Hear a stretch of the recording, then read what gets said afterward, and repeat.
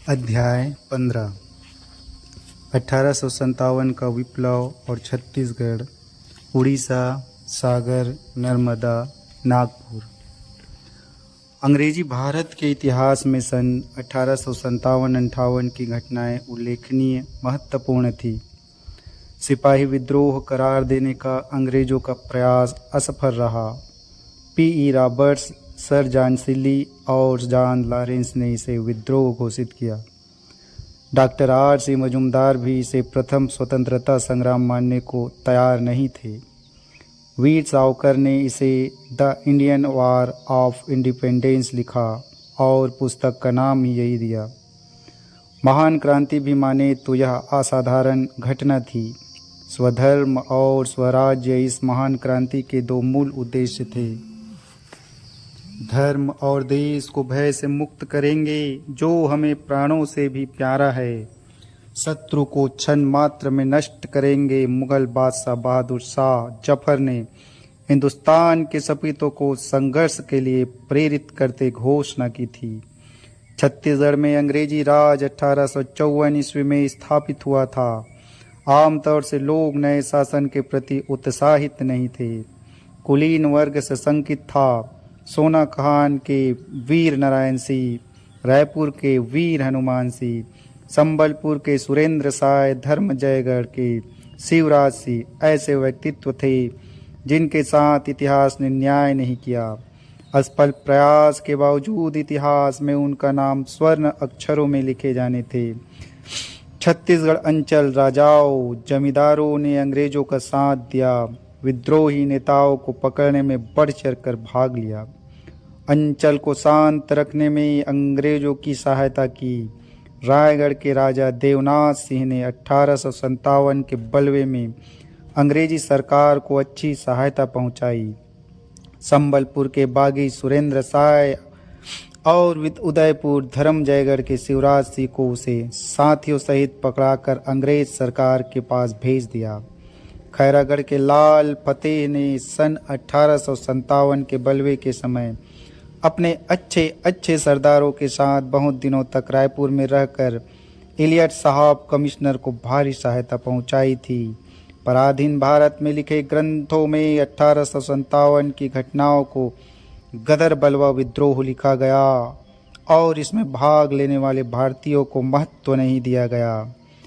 1925 ईस्वी में छत्तीसगढ़ प्रकाशित एक पुस्तक में वर्णन है, छत्तीसगढ़ को अंग्रेजों के हाथों में आए 3 वर्ष नहीं हो पाए थे कि भारत में गदर मच गया, जिसका थोड़ा सा असर इस दूरस्थ प्रांत पर भी पड़ा। रायपुर में उस समय कुछ थोड़ी सी फौज रहती थी। उसके सिपाहियों ने कुछ गड़बड़ प्रारंभ की, परंतु उसके अफसरों ने शीघ्र उन्हें दबा दिया। जिले के भीतर भी किसी ने दंगा फसाद नहीं उठाया। केवल सोना खान के जमींदार नारायण सिंह ने सिर उठाया। उसके पास 400-500 आदमी और 7-8 जिंजाली थी। एक असिस्टेंट कमिश्नर सेवा ने 100 आदमी लेकर सोना खान पर धावा किया। आसपास के जमींदार मदद पर थे। सोना खान में दोनों ओर से गोलियां चली। अंत में नारायण सिंह ने हार मानकर शरण चली। उसे पकड़कर रायपुर भेज दिया गया। वहां पर उसे फांसी पर चढ़ा दिया गया और उसकी जमींदारी जब्त कर ली गई। महाविद्रोह के काल में भारत के जो भूभाग पूरी तरह शांत रहे, वहां के निवासियों को आज का अनुभव होता है कि इनके अंचल में स्वाधीनता की उस बड़ी लड़ाई में कोई भागीदारी नहीं ली। छत्तीसगढ़ वासियों को ऐसी लज्जा की अनुभूति से बचाए रखने में उनके अंचल ने नारायण सिंह, हनुमान सिंह, सुरेंद्र साय, शिवराज सिंह जैसे जुझारू व्यक्तित्व को प्रस्तुत किया। सन 1857-58 की घटनाएं लंबे समय तक प्रभाव डालती रही। इस घटना को क्या क्या नाम दिया जाए, इस पर मतभेद रहा। इसी के चलते डॉक्टर एस सेन ने अपनी पुस्तक का नाम 1857 रखा। विश्व हिंदी कोश के लेखकों के अनुसार 1857-59 का आंदोलन सैनिक गदर के रूप में शुरू हुआ, किंतु शीघ्र ही देश के विभिन्न भागों में सामान्य जन विद्रोह के रूप में विकसित हो गया। भारत में ब्रिटिश राज के विरुद्ध उठने वाली यह एक बहुत बड़ी और शक्तिशाली चुनौती थी। यद्यपि सरकार ने इसे बड़े परिश्रम और यत्न से दबा दिया। छत्तीसगढ़ के रायपुर क्षेत्र में विद्रोह की संभावना अधिक थी। नागपुर के कमिश्नर ने 23 जनवरी 1858 को मेजर जनरल लॉक को लिखा, यदि रायपुर जिले में विद्रोह प्रारंभ हो गया तो वह निश्चित रूप से पूर्व तथा उत्तर में पड़ोसी क्षेत्र की सभी जमींदारियों में और संभवतः पश्चिम में इस प्रांत की भंडारा तथा चांदा जमींदारों तक फैल जाएगा। और यदि इतने विशाल, इतने कठिन, इतने अस्वास्थ्यकर भूभाग में विद्रोह फैल जाता है तो उसे भारी सेना और भारी संख्या में प्राणों की आहुति दिए बिना शांत नहीं की जा सकता। सोहागपुर क्षेत्र में अशांति 15 अक्टूबर 1857 ईस्वी को गुरु श्री रनमत तथा संबलपुर के कुछ अन्य जमींदारों ने नेतृत्व में बड़ी संख्या में विद्रोही एकत्र हुए और उत्तर की ओर सोहागपुर तालुका में घुसे। जैसे ही यह समाचार रायपुर पहुंचा, अंग्रेज अधिकारी चिंतित हुए। रायपुर के तत्कालीन डिप्टी कमिश्नर ने स्थिति से निपटने की तैयारी की। स्थानीय सैनिकों के साथ सोहागपुर की ओर प्रयास किया और राजद्रोहियों पर आक्रमण कर दिया। जो लड़ाई हुई उसमें अंग्रेजी सेना के कुछ घुड़सवार सैनिक तथा कुछ घोड़े मारे गए। विद्रोहियों में से 17 पकड़ लिए गए, मगर उन्हें रायपुर नहीं लाया जा सका। विद्रोहियों ने उसे छुड़ा लिया। राजद्रोहियों का वास्तविक नेता सतारा राजा के भूतपूर्व वकील रंगा बापू जी थे। सोहागपुर के इस संघर्ष की विशेषता यह थी कि वे सुदृढ़ स्थिति में थे। उन्होंने रायपुर क्षेत्र के जमींदारों को भी विद्रोह में सम्मिलित होने के लिए आह्वान किया। छत्तीसगढ़ क्षेत्र के उथल पुथल को हम इसी पृष्ठभूमि में देखेंगे। इस क्रांति के लिए रायपुर प्रशासन ही जिम्मेदार था, जो बिना सूझबूझ के कार्य कर रहा था। सोना खान का नारायण सिंह। सोना खान एक पहाड़ी क्षेत्र है जो 1857 के काल में बिलासपुर जिले के दक्षिण पश्चिम में स्थित था। इसके जमींदार बिंजवाड़ जाति के थे। आर जेनिंगसन ने अपनी रिपोर्ट में नारायण सिंह के पिता के संबंध में लिखा, राम राय के पिता व स्वयं राम राय तत्कालिक जमींदार ने एक छोटी व साधन रहित जमींदारी के वारिस थे। तथापि वे छत्तीसगढ़ को लंबे समय से आतंकित करने वाले थे। उन्होंने खालसा क्षेत्र के 300 से ऊपर गांव को अपनी जमींदारी में जोड़ लिया था। आसपास के जमींदारों के भी काफ़ी गांव उन्होंने छीन रखे थे और एक समय तो ऐसा था कि अपने अतिक्रमणों से उसने ऐसा आतंक फैला रखा था कि उनके द्वारा दिए गए आदेश सूबेदार द्वारा जारी किए गए आदेश से अधिक सतर्कता के साथ पालन किए जाते थे। छत्तीसगढ़ के किसी भी भाग से वारदात करने के बाद कोई भी आतंकी सुरक्षा के लिए सोना खान चला जाता था। वे सोना खान में लूट का माल जमा रखते थे। सोना खान के बारे में नागपुर तक शिकायतें पहुंच गई थी। जेनकिंसन ने अपनी रिपोर्ट में आगे लिखा, हमारे द्वारा इस क्षेत्र का अधिकार ग्रहण करने के बाद भी 1818 ईस्वी राम राय इस क्षेत्र पर अतिक्रमण करते रहा और इलाके हड़पता रहा। वह किसी भी प्रकार के समझौते के लिए तैयार न था, इसलिए 1819 ईस्वी में उन पर आक्रमण करना आवश्यक हो गया। अंतुगत्वा उसे उसके दुर्भाग्य क्षेत्र से निकलना ही पड़ा। कैप्टन माकनसन ने उसे रायपुर में प्रस्तुत किया। अंत में उसे उसकी जमींदारी तभी लौटाई गई जब उसने वचन दिया कि हड़पे हुए प्रदेशों से वह हट जाएगा, भविष्य में हिंसा से दूर रहेगा। राम राय ने उस पर लादे गए शर्तों का वफादारी से पालन किया। क्षेत्र में शांति बनी रही। ऐसा किया गया। जमींदारी सोना खान के बारे में जेनकिंसन ने लिखा है, जमींदारी सैन्य सहायता प्रदान करने के लिए दी गई है। जमींदारी वार्षिक कर से मुक्त थी। जमींदार प्राचीन वंश का था, मगर उसकी जमींदारी जो अधिकांशतः पहाड़ी व जंगली थी, उसके 12 गांव से अधिक नहीं थे। कलचुरी शासक ने जमींदारी दी थी। सोना खान की जमींदारी के संबंध में विभिन्न कालों में जो रिपोर्ट अंग्रेज अधिकारियों ने तैयार की थी, उससे जमींदारी के पूर्व इतिहास के संबंध में जानकारी मिलती है। फरवरी 1855 में इलियट ने डिप्टी कमिश्नर के रूप में छत्तीसगढ़ का चार्ज लिया और प्राथमिकता के आधार पर पूरे क्षेत्र का दौरा किया। जमींदारियों में भी गए और जमींदारियों से प्रत्यक्ष भेंट किए। 10 जून 1855 ईस्वी को वे सोना खान के बारे में लिखते हैं। सोना खान के संबंध में यह बतलाया गया है कि इसमें 12 से अधिक गांव नहीं हैं। जमींदारी की वार्षिक आय 303 रुपये 12 आना है। संप्रभु को यह किसी प्रकार की टाकोली नहीं पटाता। यह जमींदारी वर्तमान जमींदार नारायण सिंह के बिंजवार परिवार में पिछले 366 वर्षों से है। यह जमींदारी उसके एक पूर्वज बिसैया ठाकुर को कलचुरी नरेश रतनपुर नरेश बहार साय ने इस जमींदारी ने मराठा शासन की स्थापना तक कोई वार्षिक कर नहीं पटाया था। अप्पा साहब ने जब अंग्रेजों से लड़ाई की थी तब जमींदार अप्पा साहब के पक्ष में झुकाव दिखाया था। जमींदार नारायण सिंह पिता राम राय की मृत्यु के पश्चात 1830 ईस्वी में नारायण सिंह जमींदार बना। 1795 ईस्वी में उसका जन्म हुआ था। इस गणना से 35 वर्ष की अवस्था थी। 1835 ईस्वी में उसने खरौद के देवना मिश्र की हत्या कर दी। मिश्रा पर आरोप था कि उसने नारायण सिंह का अपमान किया था। नागपुर की सरकार ने कुछ जांच की परंतु नारायण सिंह जमींदार बना रहा। माखन बनिया का गोदाम लूटा। सोना खान के जमींदार नारायण सिंह ने सन 1856 में अकाल पीड़ितों को बांटने के लिए खरौद के माखन बनिया का गोदाम लूटा। सारंगढ़ नरेश संग्राम सिंह द्वारा संकलित कराए गए चरित्र किताब में लिखा है सोहरी नारायण सिवरी नारायण पुराना नाम सोहरी नारायण, जिसको अभी सिवरी नारायण कहा जाता है, के माखन साव के ढाबा के धान को जबरदस्ती फोरी के बाढ़ी दिए। वो साव के भाई को निकाल दिए तो माखन साव सारंगढ़ आए और साहब के पास नालिश करी तो साहब ने सोना खान के दीवान नामे नारायण सिंह को पकड़ के रायपुर लेके फांसी दिए। वो राज्य को खास कर लिए। माघ महीना संवत 1914 के साल नारायण सिंह द्वारा लूट की शिकायत मिलने पर रायपुर के डिप्टी कमिश्नर ने तुरंत कार्रवाई की। पुलिस दल रवाना किया गया जिसने नारायण सिंह को गिरफ्तार करने में सफलता पाई। उसे रायपुर ले जाया गया। लूट का इल्जाम लगाकर जेल की सजा दी गई। नारायण सिंह द्वारा लूटे गए अनाज की क्षतिपूर्ति के रूप में माखन सिंह को 1377 रुपये 8 आना दिए गए। उस काल में 1 रुपये में 106 सेर चावल मिलता था। इस हिसाब से नारायण सिंह और उसके साथियों ने माखन से लगभग 1400 बोरा चावल लूटा था।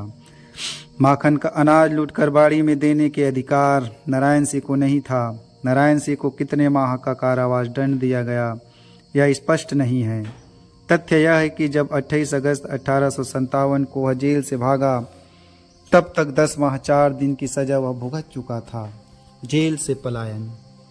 माखन बनिया के गोदाम ढाबा लूटने के आरोप में कारावास का दंड भुगत रहे नारायण सिंह को बाहरी मदद मिली और वह जेल में खोदकर अपने 3 और कैदियों के साथ निकल भागा। लेफ्टिनेंट स्मिथ नारायण सिंह को गिरफ्तार करने निकला। नारायण सिंह रायपुर जेल से उसी तरह चकमा देकर भागे जैसे कि 17वीं शताब्दी में शिवाजी औरंगजेब के कारावास से भाग निकले थे। नारायण सिंह को गिरफ्तार करना आवश्यक था। Lieutenant C.V.L. स्मिथ ने कार्य स्वीकार किया। सैनिकों के साथ जमींदार नारायण सिंह की खोज में वह निकला। लेफ्टिनेंट ने पियर भी साथ गए। 1 जमादार, 4 वफादार, 53 सवार उनके साथ थे। नारायण सिंह को पूरी तरह से भचक्का कर गिरफ्तार करने का ध्येय रखा गया। सुरंग। नारायण सिंह रायपुर जेल से निकलकर अपने इलाके में पहुंचा। जबरदस्ती से मजदूर लगा सोना खान को पहुंचाने वाले सभी मार्गों की मोर्चाबंदी शुरू की। 500 लोगों की सेना भी जमा कर ली गई। स्मिथ को नारायण सिंह के विरुद्ध देवरी के जमींदार महाराजा साय का सहयोग मिला। देवरी सोना खान से लगा इलाका था। महाराज साय की पारिवारिक लड़ाई नारायण सिंह से थी। उसने स्मिथ को सोना खान की पूरी भौगोलिक स्थिति का ज्ञान कराया। उन्हीं के मार्गदर्शन में स्मिथ आगे बढ़ा। घर के भेदी ने एक बार फिर लंका ढाया। देवरी से 3 मील आगे बढ़ने पर स्मिथ ने भूमि खुदाइया और सुरक्षात्मक खाइया जो अधूरी थी देखी।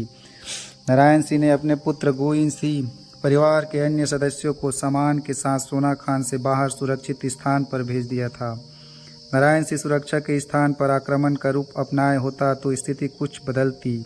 स्मिथ का प्रतिरोध कहीं नहीं हुआ। इससे अंग्रेजी टुकड़ी का मनोबल बढ़ा। लाठी, तलवार, तीर धनुष और कुछ बंदूकें ही अस्त्र शस्त्र के नाम पर नारायण सिंह के सहयोगियों के पास थे। 1 दिसंबर को स्मिथ सोना खान पहुंच गया। स्मिथ ने सोना खान गांव में आग लगवा दी। भय का वातावरण निर्मित किया गया। बदले की भावना थी। 2 दिसंबर को जब स्मिथ लड़ाई की तैयारी कर रहा था तभी नारायण सिंह अपने एक सहायक के साथ उसके सामने आत्मसमर्पण करता है। उसने सूचित किया कि साथ देने वाले 500 लोगों को वह उनके घरों को भेज चुका है। डॉक्टर बिहार ने लिखा है, 1-2 दिसंबर 1857 ईस्वी को सोना खान के ग्राम के पास क्या हुआ उसका रहस्य अभी भी अनावृत नहीं हुआ है। नारायण सिंह ने आत्मसमर्पण किया, इसका कोई तर्क सम्मत तथा तथ्य सम्मत कारण नहीं मिलता। संभावना इसी बात की बनती है कि सोना खान को आग लगा देने की अंग्रेजी क्रूरता से वह विचलित हुआ और अपनी प्रजा को भावी मारकाट आगजनी से बचाने के लिए उसने आत्मसमर्पण कर दिया। 14वीं शताब्दी के वारंगल के सामंती शासक प्रतापरुद्र द्वितीय ने भी ऐसा ही किया था। आक्रमणकारी मुसलमानों ने जब वारंगल के किले को घेर लिया और महीनों किलो जीतने में सफल नहीं हुए, तब किले के बाहर निवास करने वाली बस्ती में आग लगा दी। अपनी प्रजा को कष्ट में न देख सकने के कारण प्रतापरुद्र द्वितीय ने आत्मसमर्पण कर दिया था। नारायण सिंह को फांसी। 2 दिसंबर 1857 को आत्मसमर्पण किए गए नारायण सिंह को भारी सुरक्षा व्यवस्था के बीच रायपुर के लिए रवाना किया और 5 दिसंबर को डिप्टी कमिश्नर इलियर के सम्मुख पेश किया गया। अंग्रेजी सरकार को समाप्त करने के प्रयास के रूप में मुकदमा चलाया गया। इलियट ने स्वयं लिखा है, मेरे कोर्ट के समझ जमींदार को पेश किया गया और उस पर 1857 की अधिनियम की धारा 6 एक्ट 14 के अंतर्गत उस पर अभियोग लगाया गया तथा 1857 की धारा 1 और अधिनियम 2 लगाया गया और मैंने उसे फांसी की सजा सुनाई। सुबह सजा की कार्यवाही जनरल परेड के समय सैनिक टुकड़ियों के समझ बिना किसी रुकावट के संपादित हो गई। पूरे जिले में तथा जमींदारी में नारायण सिंह के जुल्म और उसके परिणामों को विस्तृत और खुलेआम मुनादी करवाई जाएगी। 10 दिसंबर 1857 ईस्वी को सोना खान का जमींदार फांसी पर लटका दिया गया। 1857 का वह प्रथम शहीद था। नारायण सिंह को फांसी पर लटकाए जाने के बाद सरकार को सहायता करने वाले लोगों को लाभ पहुंचाया गया। कटंगी के कामदार त्रिलोक साय और काम साय, देवरी जमींदारी के तुकाराम, शिवरी नारायण के बाला पुजारी लाभान्वित किए गए। देवरी जमींदार महाराज साय को सोना खान की जमींदारी का स्थायी तौर पर अधिकार दिया गया। नारायण सिंह के बेटे गोविंद सिंह ने संबलपुर सुरेंद्र साय के साथ मिलकर महाराज साय की हत्या की और प्रतिशोध लिया। वीर हनुमान सिंह 1857-58 ईस्वी के महाविद्रोह के काल में छत्तीसगढ़ अंचल में विद्रोह का परचम फहराने वाला हनुमान सिंह भी था। स्वाधीनता संग्राम में उन्होंने अपने प्राण न्यौछावर किए। वे शहीद हो गए, अमर हो गए। उनकी चिताओं पर हर बरस मेरे लगते हैं और उनकी स्मृति जनमानस पर गहरी छाप छोड़ती जा रही है। स्वाधीनता संग्राम में कुछ ऐसे पात्र भी थे जिन्होंने अपनी जान हथेली पर लेकर शक्तिशाली अंग्रेज सरकार से लोहा लिया। अपनी चालाकी सूझबूझ से वे न तो पकड़े जा सके और न मारे जा सके।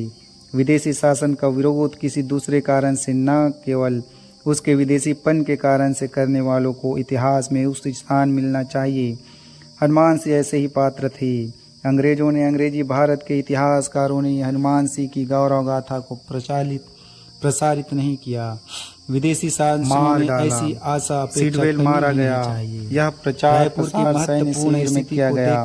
साथियों को विद्रोह में शामिल होने के लिए प्रेरित किया गया, मगर दुर्भाग्यवश अधिकांश सैनिक राजभक्त बने रहे। शिविर के अंग्रेज अधिकारियों ने शीघ्र ही स्थिति पर नियंत्रण स्थापित किया। विद्रोहियों ने आत्मसमर्पण कर दिया, मगर हनुमान सिंह उसके ही कमरे में तलवार। हनुमान सिंह की गौरव गाथा का गान समय की मांग है, वक्त का तकाजा है, हमारे सभ्य या सुसंस्कृत होने की निरानी है। समकालीन अंचल के इतिहास पर दृष्टिपात करने से हनुमान सिंह की महत्ता और बढ़ जाती है। नारायण सिंह को फांसी दी गई थी, उसे खूब प्रसारित किया गया था। अंग्रेज मान बैठे थे कि छत्तीसगढ़ जैसे अविकसित अंचल में अब विद्रोह हो ही नहीं सकेगा। नारायण सिंह को फांसी पर लटकाए 50 दिन ही बीते थे कि हनुमान सिंह ने अंग्रेजी साम्राज्य को चुनौती दे दी। राजपुतियान बान का प्रतीक वीर हनुमान सिंह किसी उच्च पदस्थ अंग्रेज की हत्या कर विद्रोह की ज्वाला भड़काने की इच्छा रखता था। डिप्टी कमिश्नर इलियट दौरे पर था, अतः सैन्य प्रमुख सिडवेल की हत्या का निश्चय किया। हनुमान सिंह के लिए रायपुर नया क्षेत्र था। नारायण सिंह जैसा वह जमींदार न था। शिविर में विद्रोह फैलाने भारी साहस का कार्य था। नारायण सिंह को दी गई फांसी के पश्चात जो मरघट सी शांति अंचल में व्याप्त हो गई थी, उसे पुनः अशांत करना था। व्यक्तिगत कोई कारण अंग्रेज विरोध का न था। न तो हनुमान की संपत्ति छीनी गई थी, न कोई रियासत। क्रांति की सफलता के पश्चात तुझे कोई जागीर नहीं मिलने वाली थी। हनुमान का न तो कोई गौरवशाली भूत था, न उसे अंग्रेजों ने कोई नुकसान था। अंग्रेजी राज का विरोध केवल इसीलिए किया कि अंग्रेज विदेशी थे। स्वतंत्रता संग्रामियों की प्रथम श्रेणी में रखने की योग्यता हनुमान सिंह रखता था। 1857-58 के काल में हनुमान सिंह एक ऐसा नाम था जिसे सुनते ही अंग्रेजों का पसीना आ जाता था। हनुमान सिंह को गिरफ्तार करने के जोरदार प्रयास किए गए, मगर रायपुर में रहते हुए भी उसे कोई गिरफ्तार न कर सका। रावण की लंका में आग लगाने वाले त्रेता युगीन हनुमान की भांति इस कलयुगी हनुमान ने अंग्रेजी शिविर में भौखलाहट मचा दी। लंका की पूरी सुरक्षा व्यवस्था को चौपट कर कड़ी सुरक्षा व्यवस्था के बावजूद हनुमान रावण के शयनागार में जिस प्रकार प्रविष्ट हुए थे, वैसे ही हनुमान सिंह ने डिप्टी कमिश्नर इलियट के बंगले में प्रवेश करने का उपक्रम किया। शौर्य, पराक्रम व चुनौती के ये प्रमाण थे। 20 जनवरी को यह प्रयास किया गया, मगर सुरक्षा कर्मियों के सतर्क रहने के कारण सफलता नहीं मिली। दरवाज़ा मजबूत था, जल्दी टूटा नहीं, अन्यथा शेर की मान में शेर को मारने का यह प्रयास था। इलियट बाल बाल बचा, मौत से साक्षात्कार होते रहा। सुरक्षा कर्मी ने तलवार हाथ में लिए बंगले से जाते जिस व्यक्ति का हुलिया बतलाया वह हनुमान सिंह का ही था। हनुमान सिंह ने न केवल साहसिक कार्य किया, वरन एक समूह को उसके लिए प्रेरित किया। 18 जनवरी के अल्पकालिक विद्रोह में सम्मिलित होने वाले 17 लोगों को फांसी पर लटकाया गया। सैनिक असैनिक अधिकारियों के सामने 22 जनवरी को यह किया गया। फांसी पर खुलेआम लटकाए गए विद्रोहियों के नाम व पद इस प्रकार है: गाजी खा हवलदार, अब्दुल हयात गोलंदाज, मुनीस गोलंदाज, शिव नारायण गोलंदाज, पन्नालाल गोलंदाज, मातार दीन गोलंदाज, ठाकुर सिंह गोलंदाज, अकबर हुसैन गोलंदाज, बुलेहू दुबे गोलंदाज, लल्ला सिंह गोलंदाज, बदलू गोलंदाज, परमानंद गोलंदाज, शोभाराम गोलंदाज, दुर्गा प्रसाद गोलंदाज, नजर मोहम्मद गोलंदाज, देवी दीन गोलंदाज, जय गोविंद गोलंदाज। Doctor P.L. मिश्रा के अनुसार राष्ट्रीय आहुति में उपरोक्त संपूतों ने अपने आप को झोंक दिया। इनकी आगे की सजा थी कि इनका सब वेतन, संपत्ति और अन्य सभी प्रकार की संपत्ति इत्यादि और उनकी सब वस्तुएं जब्त घोषित कर दी गई। इस आहुति में सभी धर्म व जाति के लोग सम्मिलित थे, जो इस बात का घोतक है कि यह विप्लव न होकर क्रांति थी, जिसे सभी का समर्थन प्राप्त था। 20 जनवरी की रात यदि भाग्य ने हनुमान सिंह का साथ दिया होता तो अंचल में विद्रोह की ज्वाला भड़क उठती। लेफ्टिनेंट स्मिथ, जो उस रात डिप्टी कमिश्नर के बंगले में ही सोया था, लिखता है, यदि हम लोग जगाए न गए होते तो लेफ्टिनेंट इलियट और मैं तो सोए सोए ही काट डाले गए होते और बंगले के अंदर के अन्य निवासियों का भी यही हश्र हुआ होता। हनुमान सिंह की गिरफ्तारी पर 500 रुपये का इनाम घोषित किया गया। जीवित या मित्र पकड़ने वाले को यह राशि मिलती, पर हनुमान सिंह हाथ न आया। यह ऐतिहासिक सच्चाई है कि शक्तिशाली ब्रिटिश सरकार अपने हजारों जासूसों व गुप्तचरों की सक्रियता के बावजूद हनुमान सिंह को गिरफ्तार नहीं कर सकी। हनुमान ने अपनी वीरता से अंचल के इतिहास को गौरवान्वित किया। भारतीय इतिहास के अनेक नायकों में से एक था जिनकी गौरव गाथा गाई नहीं जा सकी। उदयपुर का विद्रोह। छत्तीसगढ़ के उत्तर में स्थित उदयपुर रियासत सरगुजा समूह की रियासतों में से एक था। बंगाल विभाजन 1905 में किया गया, तब इसे छत्तीसगढ़ कमिश्नरी के अंतर्गत मध्य प्रांत में लाया गया। 1818 ईस्वी में जब अप्पा साहब परास्त हुए और अंग्रेजों से संधि किए, तब उदयपुर भी अंग्रेजों को सौंप दिया गया था। कल्याण सिंह नामक राजा था जो सरगुजा के माध्यम से टाकोली पटाता था।